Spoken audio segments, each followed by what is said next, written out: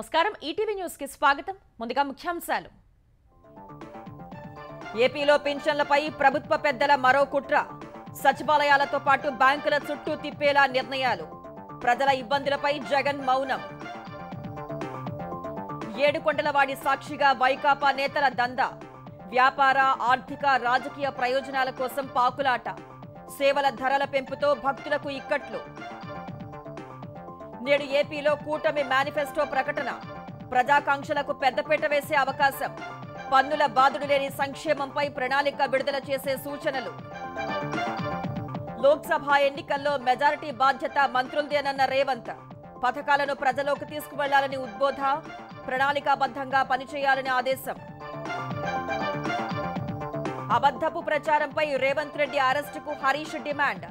లేకుంటే ముఖ్యమంత్రి, ప్రధానమంత్రి కలిసిపోయినట్టేనని వెల్లడి. ఢిల్లీ కేసు ప్రస్తావన. కాంగ్రెస్ భారాస అవినీతిలో కూరుకుపోయాయన్న జేపీ నడ్డా. నిజాంపేట రోడ్ షోలో ఆరోపణ. నేడు తెలంగాణలో ప్రధాని ఎన్నికల ప్రచారం. కృష్ణా జలాల్లో 1144 టీఎంసీలు కోరిన ఆంధ్రప్రదేశ్. 955 టీఎంసీల అవసరమన్న తెలంగాణ. బ్రజేష్ కుమార్ ట్రైబ్యునల్ కు ఇరు రాష్ట్రాల నివేదన.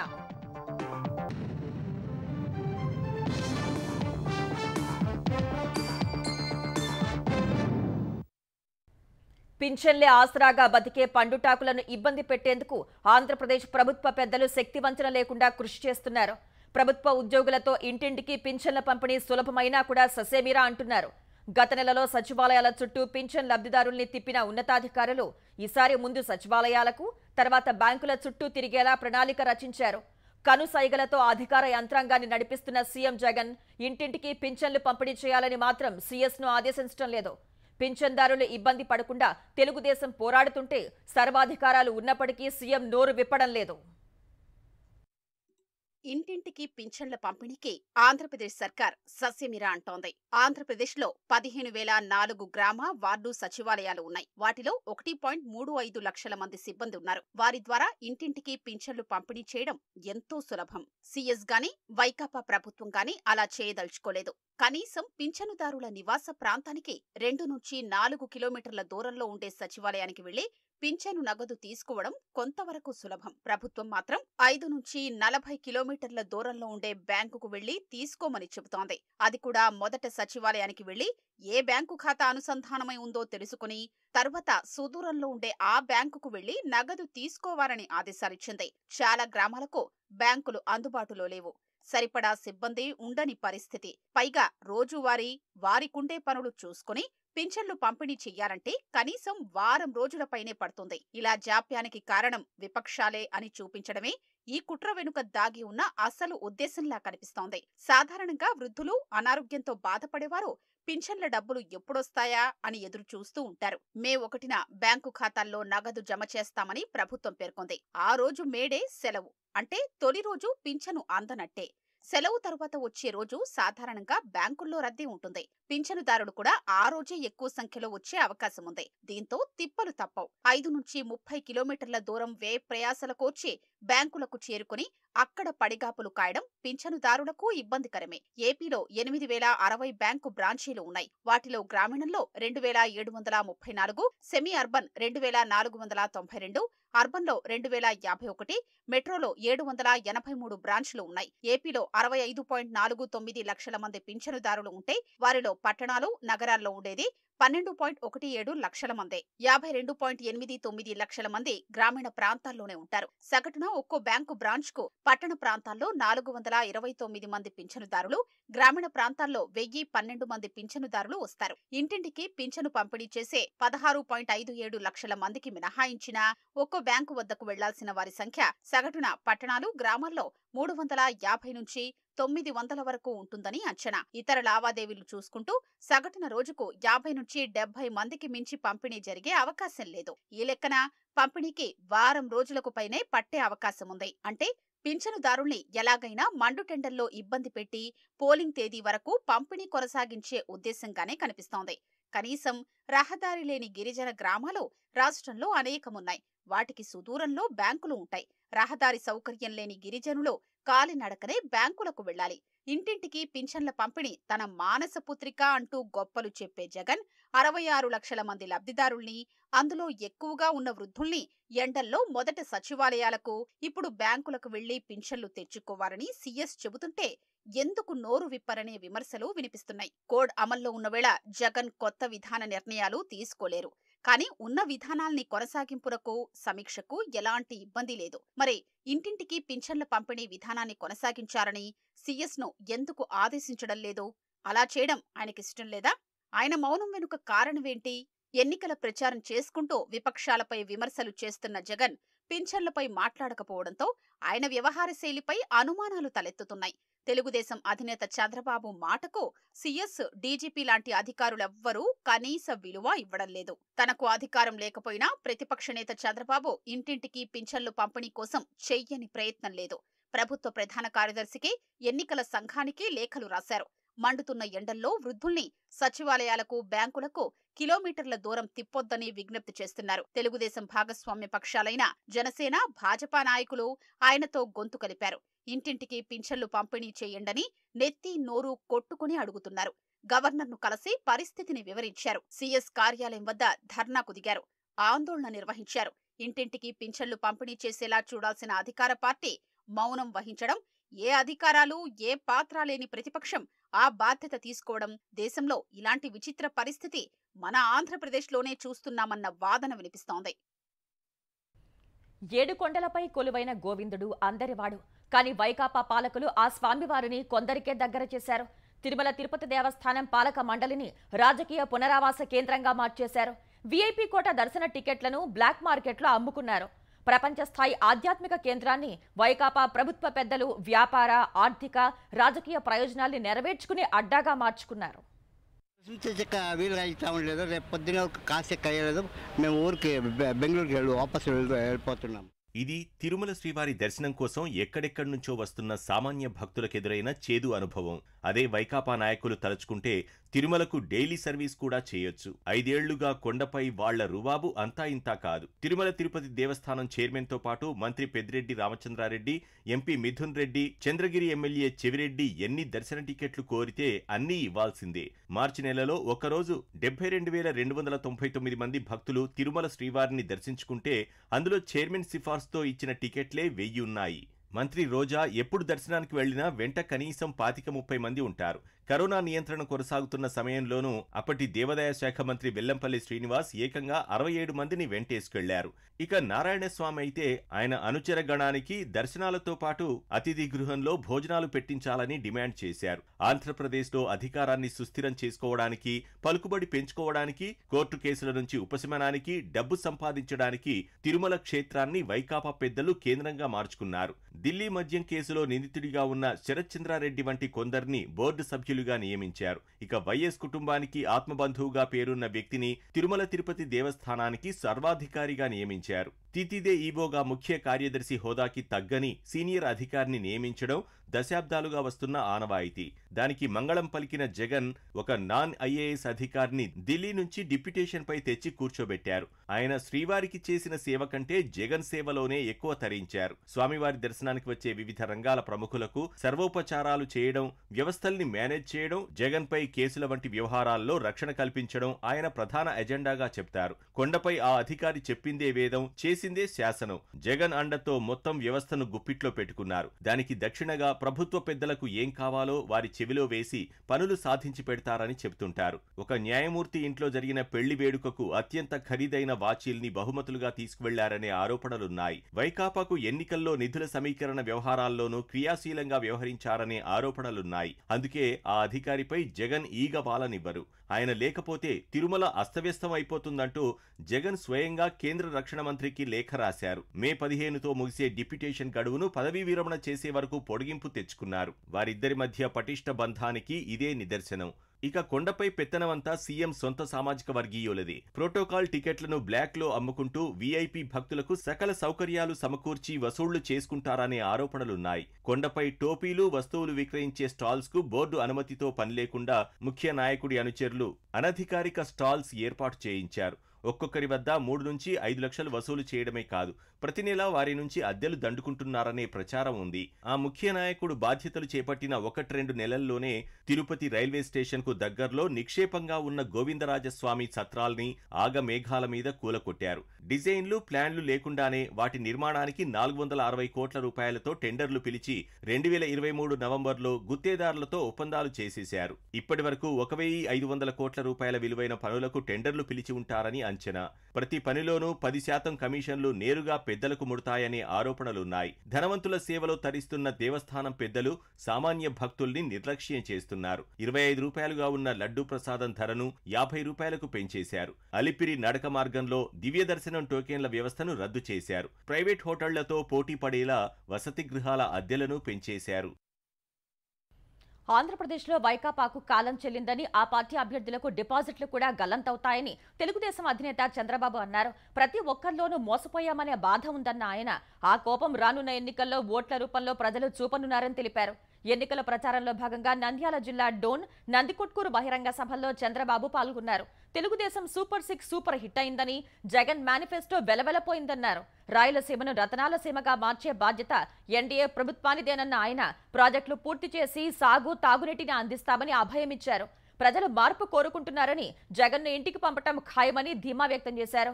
ఆదాయ మార్గాలు పెంచి సంక్షేమానికి నిధులు వెచ్చిస్తామని చంద్రబాబు స్పష్టం చేశారు. ఈ ఉత్సాహం చూసిన తర్వాత ఎవడైనా నిలబడగడతాడా తమ్ముళ్ళు? మిమ్మల్ని అడుగుతున్నా. నిలిస్తే డిపాజిట్లు వస్తాయా అని మిమ్మల్ని అడుగుతున్నా. మిమ్మల్ని చూసి మార్పు కొట్టొచ్చినట్టు కనపడుస్తా ఉంది. మన super 6 bumper success, super hit కూడా. జగన్మోహన్ రెడ్డి నిన్న రిలీజ్ చేసిన ఎలక్షన్ మేనిఫెస్టో అట్టర్ ఫ్లాప్. చూసారా? ఏమైనా ఉందా దాంట్లో? ఏమైనా వస్తుందా మీకు? ఆంధ్రప్రదేశ్లో అరాచకం తప్ప అభివృద్ధి చేయని సీఎం జగన్ కు పొలిటికల్ హాలిడే ఇచ్చేద్దామని జనసేన అధినేత పవన్ కళ్యాణ్ ప్రజలకు పిలుపునిచ్చారు. మే 13న ఓటుతో కొడితే వైకాపా కుంభస్థలం బద్దలవ్వాలని సూచించారు. పశ్చిమ గోదావరి జిల్లా తాడేపల్లిగూడెం, గణపవరంలో నిర్వహించిన వారాహి విజయభేరి సభల్లో పవన్ కళ్యాణ్ పాల్గొన్నారు. ప్రజల భూములు దాచుకోవడానికి జగన్ ప్రమాదకరమైన ల్యాండ్ టైటిలింగ్ చట్టం తీసుకువస్తున్నారని ఆరోపించారు. ఆ చట్ట ప్రకారం ఆస్తుల ఒరిజినల్ పత్రాలు జగన్ దగ్గర పెట్టుకుని యజమానులకు జిరాక్సులు మాత్రమే ఇస్తారని అన్నారు. ఆస్తుల వివరాలన్నీ హైదరాబాద్ నానక్రామ్ గూడలోని వైకాపా ప్రైవేట్ స్థావరంలో దాచిపెడుతున్నారని ఆరోపించారు. తాడేపల్లిగూడెంలో కొట్టు సత్యనారాయణ కొట్టు కట్టేసుకోవాల్సిన సమయం ఆసనమైందని పవన్ చెప్పారు. భవన నిర్మాణ కార్మికులకు కూటమి ప్రభుత్వం అండగా నిలుస్తుందన్న ఆయన వారి సంక్షేమ నిధికి వ్యక్తిగతంగా 1 కోటి విరాళం ప్రకటించారు. కూటమి ప్రభుత్వం వచ్చాక తాడేపల్లిగూడాన్ని ఎడ్యుకేషన్, మార్కెట్ హబ్ గా మారుస్తామని పవన్ హామీ ఇచ్చారు. వైసీపీకి క్రాప్ హాలిడే లాగా మన రైతాంగం ప్రకటించినట్టుగా వైసీపీకి పొలిటికల్ హాలిడే ప్రకటించడం చాలా అవసరం. వాళ్ళు సరిదిద్దుకొని భవిష్యత్తులో ఒక 10-12 సంవత్సరాల తర్వాత తిరిగి వస్తే అప్పుడు మీరు ఆలోచించండి. రోడ్ల మీద తిరిగాడు కదా మా బాబే మా నాన్నే అని చెప్పి, అమ్మా నాన్నలేనే బిడ్డనమ్మా నేను, అమ్మా ఓటేయండమ్మా మీ ఇంట్లో బిడ్డనమ్మా అన్నాడు. ఇంట్లో బిడ్డ ఏం చేశాడు? పొలాలు తీసేసుకున్నాడు. ఇంట్లో బిడ్డ ఏం చేశాడు? మద్యపానాన్ని అందరికి ఫ్రీగా సప్లై చేస్తున్నాడు. ఇంట్లో బిడ్డ ఏం చేశాడు? ఇసుక దొబ్బేస్తా ఉన్నాడు. ఇంట్లో బిడ్డ మీ అన్నో తమ్ముడు అయితే ఫీజు రీయింబర్స్మెంట్ చేయాలి కదా, అది చేయడు. కాంగ్రెస్ పార్టీలో కష్టపడిన వారికి మంచి భవిష్యత్తు ఉంటుందని సీఎం రేవంత్ రెడ్డి స్పష్టం చేశారు. కీలకమైన ఈ 11 రోజులు ప్రణాళికాబద్ధంగా ముందుకు వెళ్లాలని మంత్రుల్ని, నియోజకవర్గ ఇన్ఛార్జీలను, అభ్యర్థులను ఆదేశించారు. మంత్రులు, పార్లమెంట్ ఇన్ఛార్జీలు, ఎంపీ అభ్యర్థులతో ముఖ్యమంత్రి Revanth Reddy, AICC incharge Deepadas Munshi video conference నిర్వహించారు. పార్లమెంట్ అభ్యర్థుల నామినేషన్ స్క్రూటినీ పూర్తయినందున భవిష్యత్ కార్యాచరణపై చర్చ జరిగింది.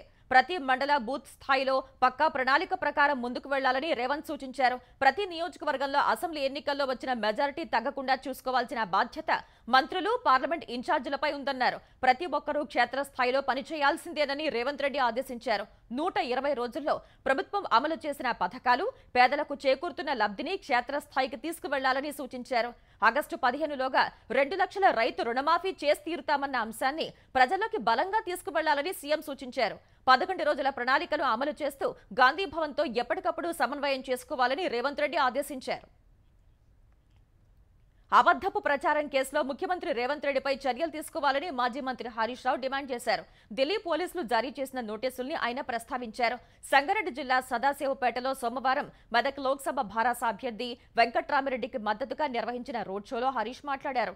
ఇలాంటి కేసులో గతంలో అసోంకు చెందిన ఒకరిని అరెస్ట్ చేశారని, ఇప్పుడు సీఎం రేవంత్ రెడ్డిని కూడా అరెస్ట్ చేయాలన్నారు. లేదంటే ప్రధాని మోదీ రేవంత్ రెడ్డి కలిసిపోయినట్టేనని హరీష్ అన్నారు. రేవంత్ రెడ్డి ఫేక్ వీడియోల మీద ఆ ఫేక్ వీడియోల ఆధారంగా రేవంత్ రెడ్డి గారు మాట్లాడిన దాని మీద ఢిల్లీ పోలీసులు ఇవాళ రేవంత్ రెడ్డికి నోటీస్ ఇచ్చింది. అసెంబ్లీ ఎలక్షన్ల ముందు కూడా ఈ అబద్ధాలు చెప్పి మన బీఆర్ఎస్ మీద దుష్ప్రచారం చేసి బీఆర్ఎస్ బీజేపీ ఒకటని చెప్పి మాయ మాటలు చెప్పి వీళ్ళు అధికారంలోకి వచ్చింది. ఈయన అబద్ధాల మీద గోబల్స్ మీద ఇలా నోటీస్ ఇచ్చి ఢిల్లీకి పిలిచింది. ఇదే కేసులో అస్సాంలో ఒకరిని అరెస్ట్ చేసింది. మరి ఈ రోజు బీజేపీ ప్రభుత్వం ఈయనను కూడా రేవంత్ రెడ్డి గారిని కూడా అదే కేసు కనుక తక్షణమే ఆయనను అరెస్ట్ చేయాలని చెప్పి నేను డిమాండ్ చేస్తా ఉన్నాను. దేశంలో అవినీతి నేతలంతా ఏకమై ఇండీ కూటమి పేరుతో ముందుకు వెళ్తున్నారని భాజపా జాతీయ అధ్యక్షుడు జేపీ నడ్డా విమర్శించారు. ఆ కూటమి నేతల్లో కొందరు జైల్లో ఉండగా మిగిలిన వారంతా బెయిల్పై ఉన్నవారే అని ఎద్దేవా చేశారు. భాజపా ఎన్నికల ప్రచారంలో భాగంగా సోమవారం కొత్తగూడెం, మహబూబాద్ లో నిర్వహించిన బహిరంగ సభల్లో నడ్డా ప్రసంగించారు. అనంతరం మల్కాజిగిరి లోక్సభ స్థానం పరిధిలోని నిజాంపేటలో జరిగిన రోడ్ షోలో పాల్గొన్నారు. ఇండీ కూటమి నేతలపై విమర్శనాస్త్రాలు సంధించారు. తెలంగాణలో నాడు భారాస అవినీతిలో ఉంటే నేడు కాంగ్రెస్ ఉందని ఆరోపించారు. ప్రధాని మోదీ నేతృత్వంలో భారత్ దూసుకుపోతోందని నడ్డా వివరించారు. और भारत 2 साल के अंदर तीसरी सबसे बड़ी अर्थव्यवस्था बन जाएगा। 10 साल पहले आपके हाथ में जो मोबाइल होता था, उस मोबाइल पे लिखा होता था made in China, made in Taiwan, made in Korea, made in Japan. आज आपके मोबाइल पे लिखा है मेड इन इंडिया। ప్రధాని నరేంద్ర మోదీ నేడు తెలంగాణలో ఎన్నికల ప్రచారానికి రానున్నారు. ఈ సాయంత్రం మెదక్ జిల్లాలో నిర్వహించే భాజపా బహిరంగ సభకు ప్రధాని హాజరు కానున్నారు. ఇందుకోసం మహారాష్ట్రలోని లాతూర్ నుంచి ప్రత్యేక విమానంలో రానున్న ప్రధాని దుండిగల్ ఎయిర్పోర్ట్ కు చేరుకుంటారు. అక్కడ నుంచి ప్రత్యేక హెలికాప్టర్లో మెదక్ జిల్లాకు చేరుకుంటారు. తర్వాత అల్లాదుర్గం మండలం ఐబీ చౌరస్తా వద్ద బహిరంగ సభలో పాల్గొని ప్రసంగిస్తారు. అక్కడ నుంచి హెలికాప్టర్లో మళ్లీ దుండిగల్ చేరుకుని ఢిల్లీ బయలుదేరి వెళ్తారు. ఆంధ్రప్రదేశ్ ప్రజల అవసరాలు తీరుస్తాం, రేపటి ఆకాంక్షలను సాకారం చేస్తాం అనే నినాదంతో తెలుగుదేశం, భాజపా, జనసేన కూటమి ఉమ్మడి మేనిఫెస్టోను నేడు విడుదల చేయనుంది. ఉండవల్లిలోని చంద్రబాబు నివాసంలో మధ్యాహ్నం 12 గంటలకు మేనిఫెస్టో విడుదల చేయనున్నారు. ఈ కార్యక్రమంలో చంద్రబాబు, పవన్ కళ్యాణ్, భాజపా ముఖ్య నేతలు పాల్గొంటారు. ఇప్పటికే సూపర్ 6 పేరుతో ప్రకటించిన హామీలపై తెలుగుదేశం విస్తృత ప్రచారం చేస్తోంది. పన్ను బాధలు లేని సంక్షేమం, ప్రతి ప్రాంతంలో అభివృద్ధి లక్ష్యంతో ఉమ్మడి మేనిఫెస్టోను రూపొందించినట్టు తెలిసిందే.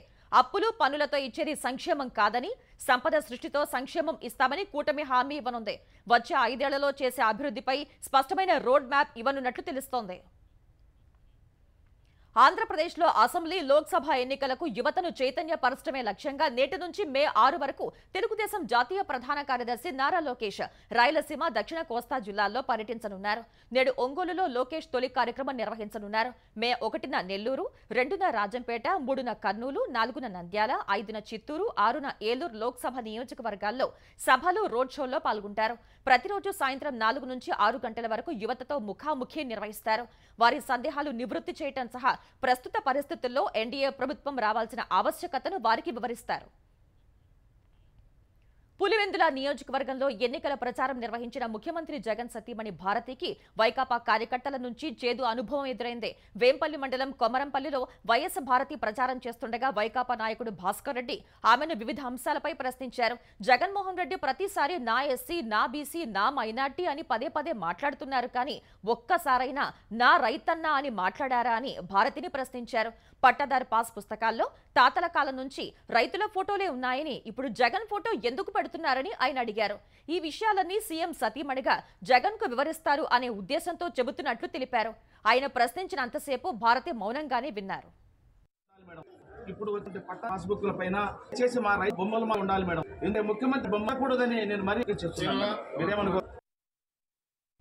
దేశ సంపదలో అన్ని వర్గాల వారికి హక్కులు కలిగేలా చేయటమే లక్ష్యంగా తమ పార్టీ అగ్రనేత రాహుల్ గాంధీ ముందుకు సాగుతున్నారని తెలంగాణ ఉప ముఖ్యమంత్రి మల్లు భట్టి విక్రమార్క అన్నారు. ఖమ్మంలోని క్యాంప్ కార్యాలయంలో జిల్లా మంత్రులు, ఎమ్మెల్యేలతో భట్టి సమన్వయ సమావేశం నిర్వహించారు. ఎన్నికల్లో ప్రచార సరళిపై చర్చించారు. సమిష్టి కృషితో ఖమ్మం లోక్సభ స్థానంలో విజయం సాధిస్తామని ఆయన విశ్వాసం వ్యక్తం చేశారు. ఈ సందర్భంగా మాజీ సీఎం కేసీఆర్ ఖమ్మం పర్యటనపై భట్టి విక్రమార్క విమర్శలు గుప్పించారు. బారాస 10 ఏళ్ల కాలంలో అప్పులతో తెలంగాణ ఆర్థికంగా నాశనమైందని దుయ్యబట్టారు. విద్యుత్ కోతలపై విమర్శలను తోసిపుచ్చారు. పోతే కరెంటు పోతుందని, లేకపోతే శ్రీనివాసరెడ్డి గౌడ్ గారి ఇంట్లో కూర్చొని నాకు కరెంటు పోయిందని అబద్ధాలు చెప్పి ట్విట్టర్లో పెట్టడం కానీ, లేకపోతే గతంలో సూర్యాపేటలో జగదీష్ రెడ్డి గారి ఇంట్లో కూర్చొని నాకు కరెంటు పోయిందని చెప్పి ట్విట్టర్లో పెట్టడం కానీ, ఒక స్థాయి కలిగినటువంటి 10 సంవత్సరాలు ముఖ్యమంత్రిగా చేసిన వ్యక్తి దిగజారి ఇటువంటి అబద్ధాలు చెప్తూ ప్రచారం చేసుకుంటూ ముందుకు పోతున్నటువంటి వాస్తవాలని ఆధారాలతో సహా ఇప్పటికే బయటపెట్టడం కూడా జరిగింది. అయినప్పటికీ కూడా ఇంకా సిగ్గు లేకుండా రాష్ట్రంలో తిరుగుతూ కాంగ్రెస్ పార్టీని లేనిపోని అబండాలు వేస్తూ ఓట్లు అడుగుతున్న వైనాన్ని మేము తీవ్రంగా ఖండిస్తూ రాష్ట్రంలోనే అన్ని స్థానాల కంటే అత్యధిక మెజార్టీతో గెలిపించేటువంటి మొట్టమొదటి ఖమ్మం లోక్సభ స్థానంగా ఉండేటట్టుగా ప్రతి నాయకుడు, ప్రతి కార్యకర్త, ప్రతి కాంగ్రెస్ వ్యక్తి పెద్ద ఎత్తున పనిచేయాలని చెప్పి మీ ద్వారా జిల్లాలో ఉన్నటువంటి ప్రజలందరికీ విజ్ఞప్తి చేస్తాం. ఉమ్మడి ఆంధ్రప్రదేశ్కు కృష్ణా జలాల్లో ఉన్న వాటాలో తమకు 955 టీఎంసీలను కేటాయించాలని బ్రజేష్ కుమార్ ట్రైబ్యునల్ను తెలంగాణ ప్రభుత్వం కోరింది. ఈ మేరకు ట్రైబ్యునల్కు సమర్పించిన స్టేట్మెంట్ ఆఫ్ కేసులో వివరాలను పొందుపరిచింది. ఇప్పటికే నిర్మాణం పూర్తయి వినియోగంలో ఉన్న ప్రాజెక్టులకు 299 టీఎంసీలు, నిర్మాణంలో ఉన్న ప్రాజెక్టులకు 238, భవిష్యత్తులో కట్టనున్న ప్రాజెక్టులకు 216, తాగునీటి అవసరాలకు 36 టీఎంసీలు కలిపి 955 టీఎంసీలు కేటాయించాలని నివేదించింది. ఆంధ్రప్రదేశ్కు కేటాయించిన 512 టీఎంసీలో 291 టీఎంసీల మిగులుకు అవకాశం ఉందని, వాటిని తెలంగాణలో నిర్మాణంలో ఉన్న ప్రాజెక్టులకు కేటాయించాలని విజ్ఞప్తి చేసింది. అయితే ప్రాజెక్టుల వారీ కేటాయింపులో మార్పు చేయడానికి వీల్లేదని ఆంధ్రప్రదేశ్ తెలిపింది. మిగులు జలాలు ఏపీకి మాత్రమే చెందుతాయని పేర్కొంది. నీటి కేటాయింపుల్లో బచావత్ ట్రైబ్యునల్ ప్రకారం 512 టీఎంసీలు, మిగులు జలాల ఆధారంగా చేపట్టిన ప్రాజెక్టులకు 125.5, కృష్ణా ట్రైబ్యునల్ 2 చేసిన కేటాయింపు 29, పునర్విభజన తర్వాత వచ్చిన డిమాండ్ మేరకు 176.46, నిర్మాణంలో ఉన్న ప్రాజెక్టులకు 114.75 టీఎంసీలు కలిపి సాగునీటికి 957.71 టీఎంసీల అవసరమని ఆంధ్రప్రదేశ్ నివేదించింది. తాగునీరు, పారిశ్రామిక, జల విద్యుత్ సహా అన్ని అవసరాలకు 1143.56 టీఎంసీల అవసరమని ట్రైబ్యునల్ను ఆంధ్రప్రదేశ్ కోరింది. ఇజ్రాయెల్, హమాస్ మధ్య కాల్పుల విరమణకు అమెరికా, ఈజిప్ట్, ఖతార్ దేశాలు తెరవెనుక జరుపుతున్న ప్రయత్నాలు కీలక దశకు చేరాయి. 40 రోజుల కాల్పుల విరమణ కోసం ఇజ్రాయెల్ ప్రతిపాదించినట్లు ఆయా దేశాలు తెలిపాయి. హమాస్ చెరలోని బందీల విషయంలోనూ టెల్ అవీవ్ కాస్త పట్టు సడలించింది. 40 మంది కంటే తక్కువ మందిని విడుదల చేసిన ఒప్పందానికి తాము సిద్ధమేనన్న సంకేతం పంపింది. ప్రస్తుతం హమాస్ చెరలో 133 మంది బందీలు ఉన్నట్లు అంచనా. ఇందులో 30 మంది మృతి చెందారనే అనుమానాలు ఉన్నాయి. బందీల విడుదలకు ప్రతిగా ఇజ్రాయెల్ పాలస్తీనా ఖైదీలను విడిచిపెట్టనుంది. హమాస్ మాత్రం 40 రోజులు కాకుండా శాశ్వత కాల్పుల విరమణ కోరుకుంటోంది. తాజా ప్రతిపాదనకు హమాస్ అంగీకరిస్తుందన్న ఆశాభావాన్ని అమెరికా వ్యక్తం చేస్తోంది. కాల్పుల విరమణ అంశంపై ఆదివారం అమెరికా అధ్యక్షుడు బైడెన్ ఇజ్రాయెల్ ప్రధాని నెతన్యాహుతో మాట్లాడారు. కాల్పుల విరమణపై ప్రయత్నాలు జరుగుతున్నా ఇజ్రాయెల్ రఫాపై తన దాడుల్ని ఆపలేదు. సోమవారం జరిపిన గగనతల దాడుల్లో 6 మహిళలు, 5 చిన్నారులు సహా 22 మంది పాలస్తీనియన్లు మృతి చెందారు. సార్వత్రిక ఎన్నికల సమరంలో కాంగ్రెస్ కు గట్టి ఎదురుదెబ్బ తగిలింది. ఇందోర్ కాంగ్రెస్ అభ్యర్థి అక్షయ్ కాంతిబామ్ తన నామినేషన్ ఉపసంహరించుకున్నారని ఒక అధికారి వెల్లడించారు. ఇందోర్ లోక్సభ స్థానం నుంచి భాజపా అభ్యర్థిగా సిట్టింగ్ ఎంపీ శంకర్ లల్వానీ మరోసారి బరిలోకి దిగారు. లల్వానీపై అక్షయ్ కాంతిబామ్ ను కాంగ్రెస్ పోటీకి నిలిపింది. ఈ క్రమంలో మధ్యప్రదేశ్ మంత్రి కైలాష్ విజయ్ వర్గీయ కాంతిబామ్ ను భాజపాలోకి ఆహ్వానిస్తున్నామంటూ సామాజిక మాధ్యమం ఎక్స్ లో పోస్ట్ పెట్టారు. మే 13న ఇందోర్ లోక్సభ స్థానానికి ఎన్నికలు జరగనున్న వేళ కాంగ్రెస్ అభ్యర్థి నామినేషన్ ఉపసంహరించుకోవటం కలకలం రేపింది. సందేశ్ ఖాళీ ఆగడాలపై దర్యాప్తు విషయంలో పశ్చిమ బంగాల్ ప్రభుత్వ వైఖరిని సుప్రీంకోర్టు తప్పుపట్టింది. ప్రైవేట్ వ్యక్తుల ప్రయోజనాలు కాపాడేందుకు రాష్ట్ర ప్రభుత్వం అత్యున్నత న్యాయస్థానాన్ని ఎలా ఆశ్రయించిందని ప్రశ్నించింది. సందేశ్ ఖాళీ అంశంలో సిబిఐ దర్యాప్తుపై స్టే ఇవ్వాలని బంగాల్ ప్రభుత్వం దాఖలు చేసిన పిటిషన్ను విచారణ చేస్తూ justice BR Gavai, justice Sandeep Mehta నేతృత్వంలోని బెంచ్ ఈ వ్యాఖ్యలు చేసింది. పశ్చిమ బంగాల్లోని సందేశ్ ఖాళీలో మహిళలపై అఘాయిత్యాలు, భూ కబ్జాలు వంటి నేరాలపై సిబిఐ దర్యాప్తునకు ఆదేశిస్తూ ఈ నెల 10న కలకత్తా హైకోర్టు హైకోర్టు ఉత్తర్వులు జారీ చేసింది. దీన్ని సవాల్ చేస్తూ పశ్చిమ బంగాల్ ప్రభుత్వం సుప్రీంకోర్టును ఆశ్రయించింది. హైకోర్టు వ్యాఖ్యలు బంగాల్ ప్రభుత్వ నైతిక స్థైర్యాన్ని దెబ్బతీసేలా ఉన్నాయని ఆ రాష్ట్ర ప్రభుత్వం తరపు న్యాయవాదులు పేర్కొన్నారు. వాదన తర్వాత విచారణను సుప్రీంకోర్టు జూలైకి వాయిదా వేసింది.